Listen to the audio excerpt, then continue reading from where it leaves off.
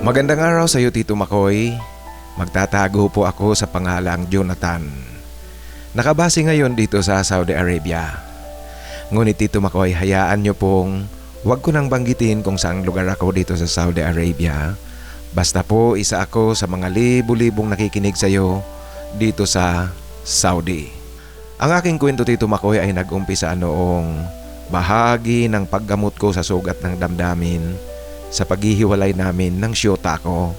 Naisip kong mangibang bansa upang mapadali ang pag-move on. Kasi Tito Makoy, kahit papaano hindi madali sa akin ang paghihiwalay naming dalawa. Kasi mula pa high school, kami ng dalawa talaga ng syota ko. Ilang taon na meron kaming magagandang pinagsamahan. Kaya hindi basta-basta ang sakit na aking naramdaman, bagamat maganda ang aming paghihiwalay, at wala rin naman akong masasabing hindi maganda sa aking syota. Sa aking pangingibang bansa, napadpad ako dito sa Saudi Arabia. Tito Makoy, may nailathala ka na kwento ng isang engineer yata yun na nasa Algeria. Nagtataka siya kung ano ang nangyari sa kanya, bakit naiba ang kanyang damdamin sa babae at sa lalaki. Lalaking lalaki siyang umalis, ngunit ngayon sa Algeria, lalaki ang kanyang karelasyon. Alam niyo po, nakarelate ako ng husto sa kanyang kwento kasi ako mismo, Tito Makoy, nasa ganoong sitwasyon. Sa aking trabaho, masaya ako, maganda ang relasyon naming magkakatrabaho. Subalit sa lahat ng mga katrabaho ko, ang naging malapit na kaibigan ko ay isang lokal. Siya si Khalid. Sa mga lokal na office mates ko, kaming dalawa talaga ang naging malapit sa isa't isa. Nagkataon kasing parehong area ang aming tirahan. Kaya paminsan-minsan napapasyal siya sa bahay. Kung minsan naman, Tito Makoy, dinadala niya ang kanyang ina sa isang salon. Habang naghihintay sa kanyang ina, nakikitambay ito sa bahay. Meron kasing lady salon na malapit sa bahay kung saan ako tumutuloy. Itong si Khalid, Tito Makoy, palibhasa nag-aral sa US, malaki ang impluwensya sa kanya ng kanluran. Mahilig siya sa music. Tumutugtog siya ng gitara. Ang nakakatuwa nga kasi mga Hollywood music ang kanyang pinapakinggan. Slow rock ang tipong musikang gustong-gusto niya. Dahil nga sa type of music, naging magkaibigan kaming dalawa. Ako kasi, Tito Makoy, ang gusto ko ring music ay slow rock. Kaya naging malapit na malapit kaming magkaibigan nitong si Khalid. Isang araw, wala sa plano, sinundo ako ni Khalid.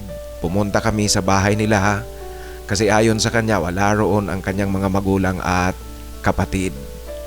Tumulak pala ang mga ito kahapon papunta ng ibang bansa, magbabakasyon. Siya lang talaga ang naiwan sa kanila. Pagdating namin sa bahay ni Khalid, malaki ang bahay, Tito Makoy, at meron pala itong basement. Nagulat ako kasi merong keyboard sa basement, merong electric guitar, at meron siyang drum. Talagang mahilig na mahilig sa musika itong si Khalid. Nalaman ko na noong hapon na iyon, gusto niya palang tumugtog ng gitara, ngunit ayon sa kanya, kinakailangan daw merong kakanta. Alam naman natin, Tito Makoy, ang mga musicians, gaya ng kung member ka ng isang banda, kung mag-iinsayo kayo, mas maigi ang tumutugtog kayo na kumpleto, lalong-lalo na ang vocals. Kailangan yan para ganap ang tamang pag-iinsayo kung meron kayong kantang pinag-aaralan. Ako naman, Tito Makoy, alam mo na po, tayong mga Pilipino, ang sabi nga nila, walang Pilipinong hindi marunong kumanta. Kaya lang, Tito Makoy, aaminin ko, bagamat meron akong boses, ngunit ang aking kakayahan sa pagkanta ay hanggang inuman lang, yung video lang talaga, katuwaan. Nag-aalangan ako na baka sa ingay na aming magagawa, magreklamo ang mga kapitbahay nila. Ngunit ayon kay Khalid, hindi maririnig sa labas ang ingay namin kasi nasa basement kami. Kaya Tito Makoy, alam niyo po ang nangyari noon. Nag-concert talaga ako gamit lang ang YouTube. Tapos habang kumakanta ako, sumasabay naman sa pagtugtog ng kanyang gitara itong si Khalid. Si Khalid mismo ang pumipili ng mga kantang kakantahin ko kasi yun din ang alam niyang sasabayan niya ng gitara. Nakita ko Tito Makoy, magaling na pala itong si Khalid tumugtog ng gitara. Alam niyo po, kunting ensayo na lang, pwede na ito sa mga gigs kung meron lang sana siyang bandang masasamahan. Kaso alam niyo na po, nasa Saudi tayo, hindi ganoon kapopular ang music hobby dito. Nasa gitna kami ng kasiyahan, biglang tumunog ang buzzer sa gate nila. Lumabas si Khalid upang tingnan at pagbalik niya sa loob, kasama na niya ang kanyang tiyuhin. Ipinakilala ako ni Khalid sa kanyang tiyuhin. Ali pala ang pangalan ng tiyuhin nitong kaibigan ko. Pagkatapos Tito Makoy, nagpatuloy na kami sa aming trip ni Khalid. Si Ali naman ang uncle ni Khalid na natili talagang nakikinig sa amin, nanonood hanggang sa magsawa kaming dalawa, napagod at tumigil. Alam niyo po, natatawa ako kasi manghang-mangha na ang dalawa sa aking pagkanta. Gayon kung sa atin, kantyaw pa ang aabutin natin kung ang kakayahan ko sa pagkanta ang pag-uusapan. Isang araw, hindi sinasadyang nagkita kami ni Ali sa isang mall. Namili kasi ako noong araw na iyon. At noong pag-uwi, hindi pumayag itong si Ali na hindi ako sumabay sa kanya at hindi niya ako ihatid sa bahay. Sa bagay Tito Makoy, parehong lugar lang naman ang aming uuwian. Kaya pumayag ako kahit na nahihiya. At pagdating namin sa bahay, hindi rin ako pumayag na hindi man lang siya pumasok para magkape o kaya uminom ng tsaay. Pinaunlakan naman ni Ali ang aking pagyayaya sa kanya sa loob ng bahay. Alam mo Tito Makoy, ang napupuna ko noong araw na iyon, ang pag-uusap namin ni Ali ay kagayang-kagaya ng pagkikwentuhan namin ni Khalid. Yung magkaibigan lang talaga, na magkaibigan, walang pag-aalangan. At hindi lang yun Tito Makoy, kasi kinabukasan, nagulat ako, biglang tumawag sa akin itong si Ali. Nasa labas daw siya ng bahay. Ako naman Tito Makoy, natuwa rin noong tumawag siya at sabihin niyang nasa labas siya ng bahay. Kasi alam niyo na po, ang ugali nila, mitikuloso ang mga ito, mapili kung sino ang kakaibiganin at kung sino ang papapasukin sa kanilang bahay at kung sino rin ang kanilang dadalawin. Kaya natuwa ako Tito Makoy na dumadalaw sa akin at makikitambay sa bahay. Mula noong araw na iyon, napadalas ang pagpunta-punta sa bahay ni Ali. Alam niyo po, mas madalas na ang aming pagkikwentuhan, ang aming pagja-jamming kaysa sa jammingan namin ni Khalid. Si Khalid, paminsan-minsan lang kung magawi ito sa bahay. Ngunit itong si Ali, mas madalas talaga. Kaya naman lalo kaming ganap na naging magkaibigan ni Ali at malapit na malapit sa isa't isa. Hanggang sa nahalata ko na lang na sa loob ng isang linggo, minsan 2 o 3 beses siyang pumupunta sa bahay. Palagi-lagi na talaga itong nakikitambay sa bahay. At isang araw nga, wala raw ang kanyang mag-iina, niyaya niya ako sa kanilang bahay. Turuan ko raw siya ng mga short keys sa Excel. Alam niya kasi Tito Makoy na magaling din ako sa computer, kaya gusto niyang magpaturo sa akin kasi gusto niya raw matutunan ng maigi ang mga functions at yung mga short keys ng Excel. Kaya naman pagdating namin sa bahay nila, magkatabi kami sa upuan, nakaharap sa kanyang desktop. Ako Tito Makoy, seryoso sa aking pagtuturo sa kanya. Ngunit palibhasa, magkatabi kaming nakaupo. Nagulat ako Tito Makoy kasi bigla na lang dumampi sa pisngi ko ang kanyang labi. Kasabay pa ang pagkakakiskis ng kanyang balbas sa aking pisngi. Tito Makoy, alam niyo po, bagong trim ang kanyang balbas. Alam niyo po, tila mayroong mataas na boltahe ng kuryenteng dumaloy sa katawan ko nang maramdaman ko ang kanyang balbas. Nagulat ako sa kanyang ginawa. Napatingin talaga ako. Ngumiti siya sa akin. Yung ngiti Tito Makoy na tila humihingi talaga ng isang bagay. Nakita niya ang reaksyon kong gulat na gulat, ngunit hindi naman yung galit kasi hindi naman ako nagagalit, Tito Makoy. Sa kanyang nakita sa akin, umakbay sa akin si Ali. At sa kanyang pagkakaakbay, Tito Makoy, lalong naging madali sa kanya. Nakabigin ang aking balikat at muli akong halikan sa pisngi. Tito Makoy, para akong naingkanto, hindi makapagsalita, hindi makatanggi. Kasi aaminin ko rin na gusto ko ang kanyang ginagawa. Ang dating sa akin, tila merong haplos sa aking pakiramdam, kaya may mga ngiti sa aking diwa. Alam niyo po kasi ngayon lang ako nakatikim ng ganito. Ngayon ko lang nararamdaman ang halik at yakap ng lalaki. Alam niyo po, kung tutuusin, pwede akong tumanggi, pwede akong lumabas ng silid at umalis. Ngunit Tito Makoy, hindi ko maintindihan ang sarili ko kasi nananatili ako hanggang sa lalong umigting sa akin si Ali sa kanyang ginagawa. Hindi ako nakatanggi sa kanyang nais na mangyari. Yung pagsaluhan namin ang masayang sandali na kaming dalawa lang talaga ang nakakaalam at para sa aming dalawa lang. Kaya Tito Makoy, kay bilis ng pangyayari, nagpakasaya kaming dalawa nung oras na iyon. Isang masaya, mainit at romantikong tagpo ang naganap sa amin. At alam niyo po, masasabi ko ngayong mas kakaiba rin sa aking pakiramdam. Nagustuhan ko ang kanyang ginawa, kaya hindi ka magtataka, kay bilis talaga naming napadpad sa sandaling iyon. Wala siyang pag-aatubiling ginawa sa akin ang ayon sa kanyang nararamdaman at gusto niyang mangyari. Palibhasa kasi Tito Makoy, ayon sa kanya, malaki ang kanilang bahay at walang ibang tao roon kundi kaming dalawa lang. Kaya buwelong-buwelo siya, wala talaga siyang pinag-aalanganan. Alam niyo po, hindi na namin naituloy ang pagtuturo ko sa kanya ng mga shortcut keys sa Excel. Kasi nga nauwi na kami sa pribadong sandali namin. At pagkatapos ng aming masayang sandali, inihatid niya na ako muli sa bahay.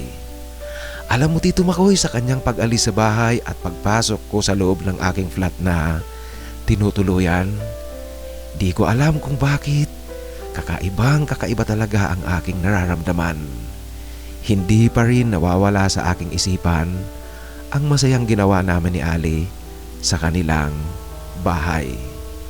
Tila Tito Makoy, patuloy kong nararamdaman ang kanyang mga halik, patuloy kong nalalanghap ang kanyang mabangong hininga. At alam niyo po, noong oras ding iyon, nakaramdam kaagad ako ng pananabik. Umaasang muli na muli kaming gagawa ni Ali ng masayang oras namin, kagaya kanina. At Tito Makoy, yun nga ang kinahinatnan.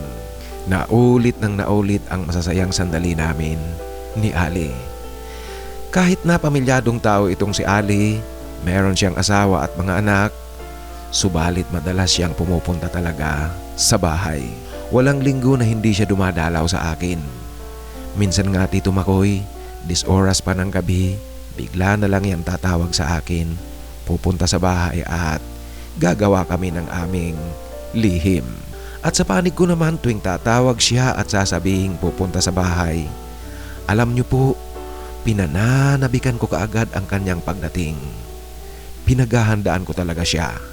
Naglilinis ako ng maigi sa aking katawan, naglalagay ng cologne.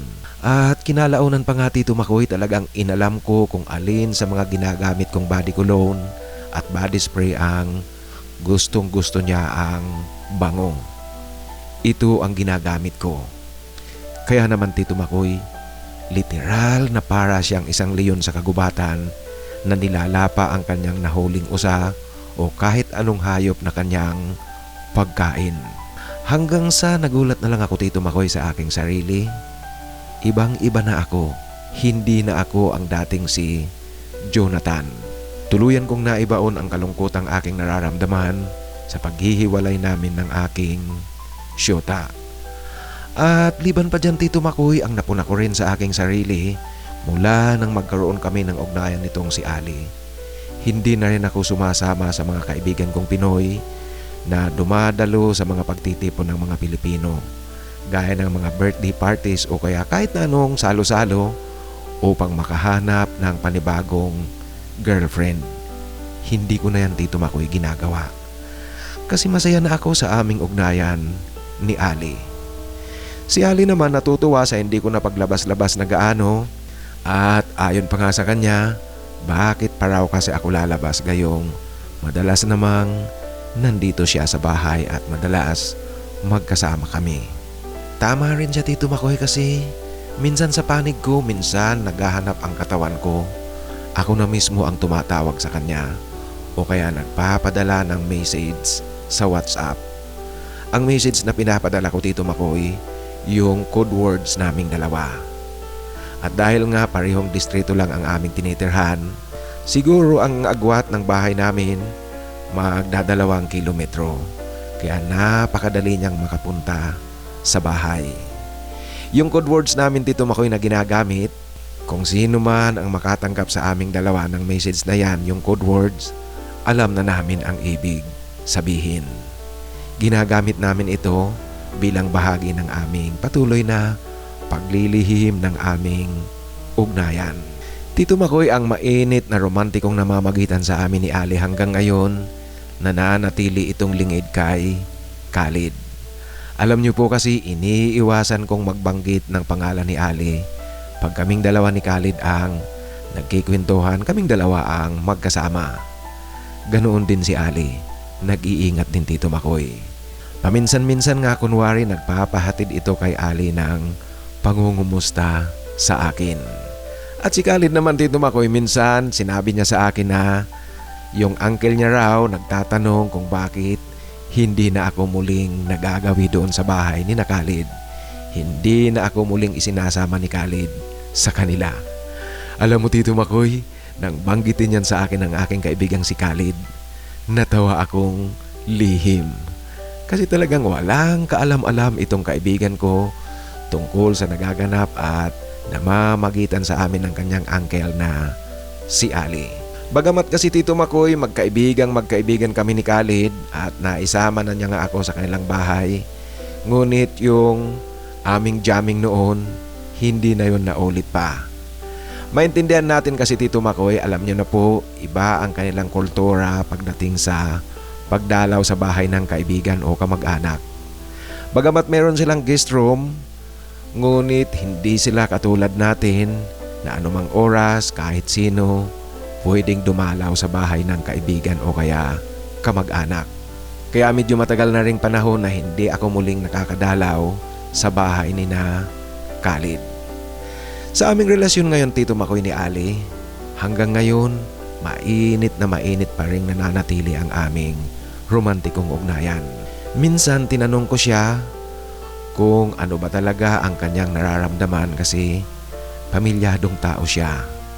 Tapos mayroon kaming lihim na ugnayan.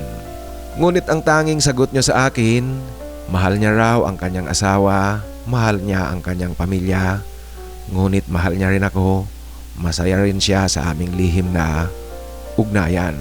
At inamin niya nga sa akin, Tito Makoy, na mas masaya siya kung kaming dalawa ang nasa pribadong oras. Sana nga raw ganoon din ang nararamdaman ko sa kanya.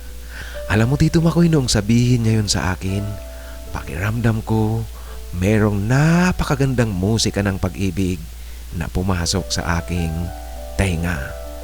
Kinilig talaga ako, Tito Makoy. Kilig na kilig ng husto sa aking narinig. Alam mo, Tito Makoy, ang relasyon namin ni Ali ay siyang nakapagpabago ng plano ko noon. Noon kasi ang plano ko, magtatrabaho lang ng ilang taon dito, pagkatapos uuwi ng ganap para magnegosyo na lang sa Pilipinas. Ngunit sa kasalukuyan, aminado akong mahirap sa akin ang tuluyan ng mag-final exit.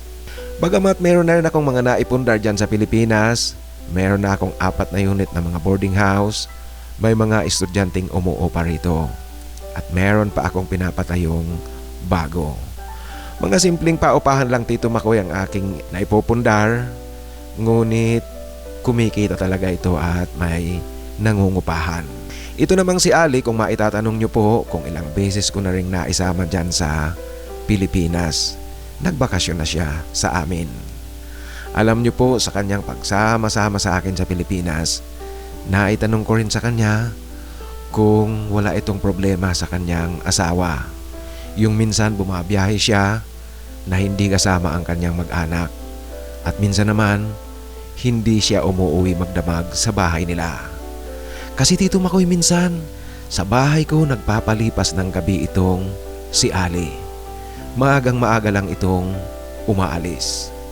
Ngunit ayon sa kanya, ganito na raw ang nakasanayan sa kanya ng kanyang asawa.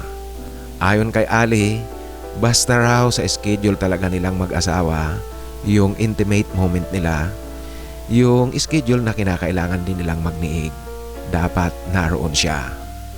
Tapos yung mga obligasyon niya sa bahay, ang mga pangunahing pangangailangan ng kanyang pamilya at ang kanyang responsibilidad bilang isang father di pamilya, hindi niya ito pinapabayaan. Alam mo Tito Makoy, totoo yan.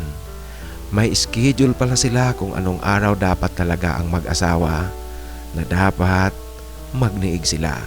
Yung pagsaluhan nila ang kanilang intimate moment. At dahil sa sinabing iyon sa akin ni Ali, talagang sa haba ng aming relasyon, Biyernes at Lunes na gabi talaga, sinisiguro niyang doon siya sa kanilang bahay matutulog. Ito kasi ang kanilang schedule. Mantakin mo nga naman Tito Makoy, Lunes at Biyernes lang. Samantalang si Ali, napakadalas nandito sa bahay, napakadalas na magkasama kami. Ngayon Tito Makoy, kung hanggang saan at hanggang kailan kami ni Ali sa ganitong relasyon namin, hindi ko po alam. Basta ngayon, mahigit na kaming 10 taon na merong romantikong ugnayan. At hanggang ngayon, nananatili, hindi nagbabago ang init ng aming pagmamahalan. Sa sitwasyon ko ngayon Tito Makoy, napagtanto ko na pwede pala talagang mangyari yung lalaki ka, ngunit mabaling ang pagmamahal at damdamin mo sa lalaki rin. Marahil tila imposible ito sa paningin at pandinig ng iba, ngunit dahil nga sa karanasan ko at sa sitwasyon kong ito, masasabi kong totoo at pwedeng mangyari talaga ito. Dahil nga nangyayari ito sa akin. Sa ngayon Tito Makoy, masasabi kong patuloy kami sa aming mainit na ugnayang romantiko ni Ali. At lingid pa rin ito kay Khalid. Wala talagang kaalam-alam ang kaibigan ko. Ito nga palang kaibigan ko si Khalid. Nung 1 taon lang Tito Makoy, nagbakasyon ako. Isinama ko rin siya sa Pilipinas for the first time. Kaya si Khalid nakarating na rin sa amin at nakapagbakasyon na dyan sa Pilipinas at tuwang-tuwa siya. Halos ayaw nang bumalik dito sa Saudi Arabia. Kasi Tito Makoy, nanatili siya sa amin ng 3 linggo. Nauna lang ako ng 1 linggo na umuwi sa Pilipinas. Sinundo ko siya sa airport. At pagkatapos yung pagbalik namin dito sa Saudi Arabia, sabay na kami ni Khalid. Tuwang-tuwa siya at ayon sa kanya, babalik pa raw siya sa Pilipinas para magbakasyon muli. At alam mo Tito Makoy, nung pagbalik ko galing sa Pilipinas, alam kasi ni Ali na magkasama kami ni Khalid na nagbakasyon sa bahay namin. Nagjejeli ng kaunti itong si Ali. Ngunit Tito Makoy, siniguro ka sa kanyang walang kaalam-alam si Khalid sa relasyon naming dalawa. At hindi maaaring magkaroon kami ng kaugnayan ni Khalid dahil nga magkaibigan kami. At kung sakali man talagang hindi malayong mabuking at malantad, malaman niya ang aming relasyon ni Ali. Sa aking paninigurong iyon kay Ali, napawi ang kanyang pagjejeli Tito Makoy. Hanggang dito na lang po Tito Makoy ang aking kwento. Sana po kahit na simple lang, basahin nyo rin at maibahagi dito sa iyong channel. ang isa sa mga nakikinig sa iyo dito sa Saudi Arabia, Jonathan. Maraming salamat, Jonathan, sa pagbabahagi mo ng iyong kwento. Alam mo, naniniwala ako doon sa sinabi mong merong schedule. Kasi ikwento rin yan sa akin ng aking mga guide. Alam nyo na mga kaibigan, ang aking trabaho bilang business researcher, market researcher, kinakailangan hindi lang tungkol sa business ang aking research na ginagawa, kundi merong mga surrounding situations na sa labas ng business. Kagaya ng kultura, kinakailangan yan, mahalaga yan na kinakailangan mo talagang i-research din kasi kung ang pinag-aaralan, gumagawa ka ng feasibility studies, dapat alam mo ang kaugalian, kultura at kung ano ang hilig ng mga tao sa lugar na ginagawan mo ng pagsasaliksik. Kaya yung sinasabi mo, Jonathan, na schedule, totoo yan kasi nabanggit yan sa akin ng aking mga guide dyan sa Middle East.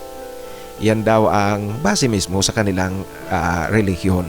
Ewan ko lang sa ating mga kapatid na Muslim dito sa Pilipinas kung ganoon din sila kung merong schedule. Bagamat kahit na merong schedule ayon sa kanila, siyempre anya mag-asawa kayo anumang oras na gustuhin nyo, malaya kayong gawin yan kasi mag-asawa kayo. Ngunit yung 2 araw na yon, Biyernes at saka Lunes nga ata yung sinabi niya, talagang importante yan. Yan ang hindi nila pwedeng palampasin, hindi sila pwedeng magmintis sa schedule.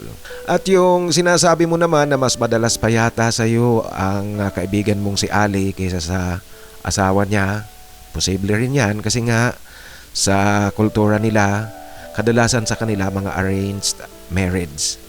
Kaya ang asawa natututunan na lang na mahalin pag mag-asawa na sila. Sa muli, Jonathan, maraming salamat sa pagbabahagi mo ng iyong kwento. Ngayon mga kaibigan, sa ating shout out kay Joel De La Cruz. Shout out sa iyo, Joel De La Cruz, at maraming salamat sa pakikinig at suporta. Ganoon din i-shout out natin ang ating kasamahan si Mr. Ed Oy alias Kim1 1000 ng Las Vegas, Nevada. Sir Ed, maraming salamat. Alam nyo Sir Ed, pag binabasa ko ang iyong pangalan, tinatawag kita sa pangalan mong Ed Oy. Madalas nagtitake to ako niyan kasi meron akong classmate noong college ako, Ed ang pangalan at ang kanyang apelyido, Yo. Baliktad lang yung apelyido mo, ang letter Y at saka letter U. Yung classmate ko, Ed Yo, ikaw naman, Ed Oy. Kaya madalas sumasabit ako, madalas akong nagtitake to. Sa muli, Mr. Ed Oy, sir, maraming salamat at shout out sa inyong lahat dyan sa Las Vegas, Nevada, USA. I-shout out din natin ang ating kapatid na si Raf Fernando ng lungsod ng Manila. Raf Fernando, shout out sa iyo at salamat sa tuloy-tuloy na pakikinig at suporta. Ganoon din ang ating kapatid na si Felipe Gorospi ng Italy. Ipi, maraming salamat at shout out sa inyong lahat dyan sa Italy, Felipe Gorospi. Ang ating kapatid naman na nasa South Korea, si Joffer. Joffer, shout out sa iyo at maraming salamat. Ingat palagi dyan sa South Korea. At shout out na rin natin ang ating mga kasamahan dyan sa South Korea. Ito mga kaibigan, for the first time, isa shout out ko si Malik Sultan. Yan, doble-doble ang kanyang pagiging hari. Malik na Sultan pa. Alam niyo po ang Malik, ibig sabihin yan king at Sultan naman king pa rin yan.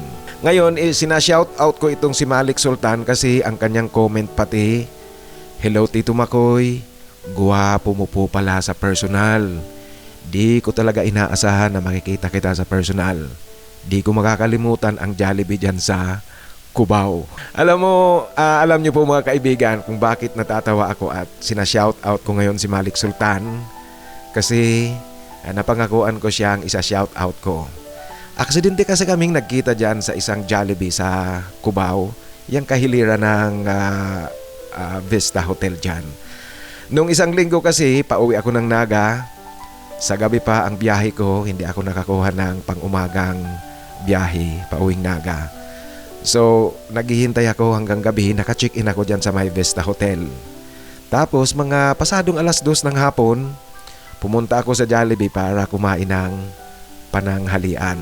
Nakapila ako papunta doon sa counter. Tapos ito pa lang si Malik Sultan, siya ang nasa likod ko. Nung ako na ang ini-entertain ng staff ng Jollibee, di syempre nagsasalita ako. Pagkatapos, merong sinabi sa akin yung staff ng Jollibee na nagtawanan kami, natawa ako ng husto. Alam nyo na po ang tawa ko, talagang makikilala nyo kasi nga sabi ng iba dyan, parang ngiti ng tikbalang. So, yun ang tawa ko talaga kasi natawa ako sa sinabi ng staff ng Jollibee na bibiruan kami. Ito pa lang si Malik Sultan, siya ang nasa likod ko, nakatingin sa akin. Tapos habang nagsasalita ako, nakatingin na talaga siya.